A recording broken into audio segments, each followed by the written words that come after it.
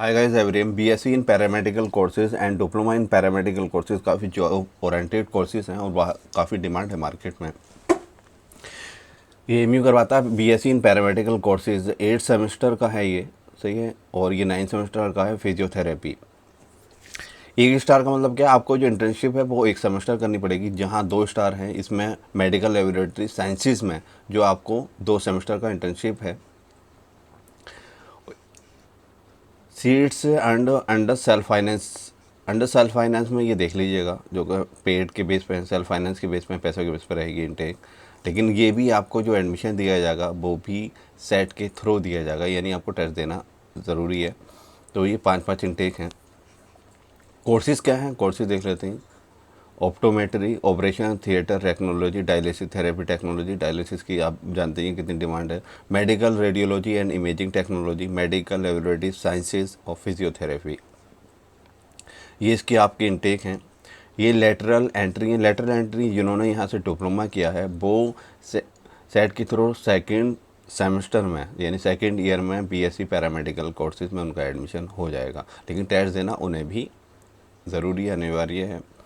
Qualifying examination की अगर हम बात करें तो उन्हें जो परसेंटेज पीसीबी यानी फिजिक्स केमिस्ट्री बायोलॉजी में कितने मार्क्स से चाहिए, उन्हें 50%। ओके। 12th में सीनियर सेकेंडरी स्कूल सर्टिफिकेट यानी 12th क्लास में उन्हें 50% होने चाहिए पीसीबी में। या diploma in corresponding medical courses from this university, या तो उन्होंने डिप्लोमा किया हो पैरामेडिकल कोर्सेज में। जो इंटरनल और एक्सटर्नल है, जो एमयू से जो पास आउट हैं, जो 12th क्लास हैं या डिप्लोमा के बेस पे जो यहाँ अप्लाई कर रहे हैं, तो वो तो इंटरनल रहेंगे। और एक्सटर्नल जो दूसरी यूनिवर्सिटी से कॉलेज से अप्लाई करेंगे वो एज ए एक्सटर्नल वहाँ फिल करेंगे फॉर्म में। जब फॉर्म फिल करेंगे वो अपना, तो वो एज ए एक्सटर्नल ट्रीट होंगे। Candidate should refer to allowed courses under important rules and regulations rules to assess whether a she is permitted to apply for the course of study.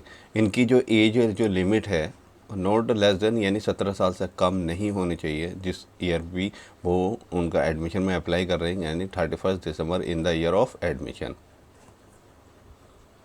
Selection का process की अगर हम बात करें तो through combined entrance test के through होगा, यानी कॉमन एंट्रेंस टेस्ट होगा, combined entrance test. Okay.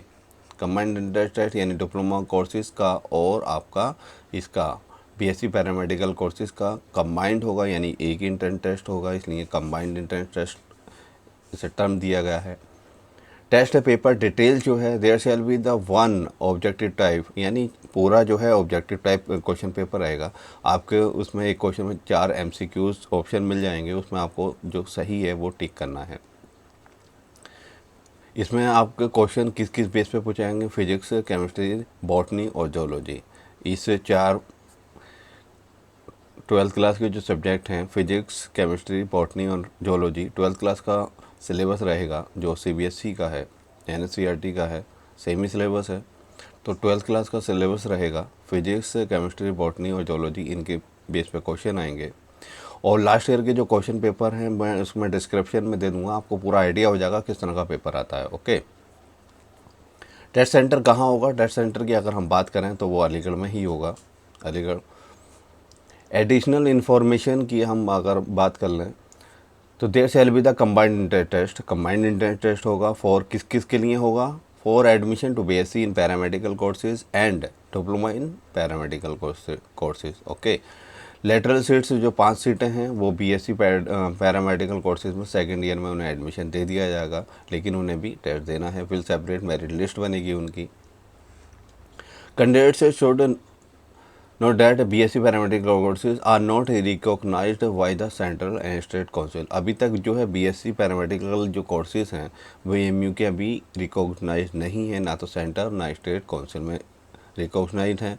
The candidates has to submit and undertaking at the time of admission acknowledging the fact that he or she has read the implication of non recognized of the course। उन्हें ये undertaking देना पड़ेगा कि हम जानते हैं कि ये अभी रिकॉग्नाइज्ड कोर्स नहीं है, तो ये एमयू जो है उसे अंडरटेकिंग सबमिट करवाएगा। अब डिप्लोमा कोर्सेज़ की हम बात करें तो डिप्लोमा कोर्सेज़ ये हाँ 2 साल का है। Diploma in dental hygiene and diploma in dental mechanics. Intake इसमें 6 और 3 है। इसमें आपको 50% मार्क्स की ज़रूरत है। 50% बीएससी इन पैरामेडिकल कोर्स में सेम चीज़ है, और इसमें भी आपको पीसीबी रहेगा, यानी फिजिक्स केमिस्ट्री बायोलॉजी। ओके, इसमें एज जो है वो 17 साल रहेगी, जिस साल आप एडमिशन रहेगा 31 दिसंबर ऑफ द ईयर, उसके बेस पे, और नॉट मोर देन 40 साल से, इसमें ज़्यादा वो 24 साल से ज़्यादा नहीं होनी चाहिए। उसमें कोई अपर लिमिट नहीं थी, किसमें, बीएससी इन पैरामेडिकल कोर्सेज़ में अपर लिमिट नहीं थी, लेकिन इसमें डिप्लोमा इन पैरामेडिकल कोर्सेज़ में अपर लिमिट है। इसमें लोअर लिमिट देखिए 17, उसमें भी 17 थी lower limit. Upper limit BSc in paramedical courses में नहीं थी, लेकिन डिप्लोमा इन पैरामेडिकल कोर्सेज़ में है। 24 साल है अपर लिमिट। एप्लीकेबल फॉर क्या, only for diploma in dental hygiene courses. ये कंबाइंड टेस्ट यानी सेम ही रहेगा दोनों का। ओके, इनका है there shall be objective type of question, 100 marks का रहेगा, फिजिक्स केमिस्ट्री बॉटनी और जोलॉजी। क्योंकि कंबाइंड होगा तो पेपर जो क्वेश्चन जो पूछे जाएंगे वो इन चारों से पीसीबी और प्लस जोलॉजी, इनमें से ही पूछे जाएंगे। टेस्ट सेंटर अलीगढ़ में ही होगा ऑफकोर्स जब कंबाइंड है तो। एडिशनल इन्फॉर्मेशन ये है, there shall be a combined interest for admission to BSc in paramedical courses and diploma in paramedical courses का दोनों का जो है टेस्ट जो होगा वो आपका कंबाइंड होगा। The diploma in dental mechanics course is not recognised by dental council of India. Candidate should know that they will not be registered by Dental Council of India and equivalent bodies in the other state। ये अभी तक diploma in mechanics course जो है अभी किसी भी body से recognise नहीं हुआ है। The candidates has to submit undertaking, बनना पड़ेगा उन्हें कि हाँ हमें मालूम है ये अभी रिकॉग्नाइज नहीं हुआ है। ओके,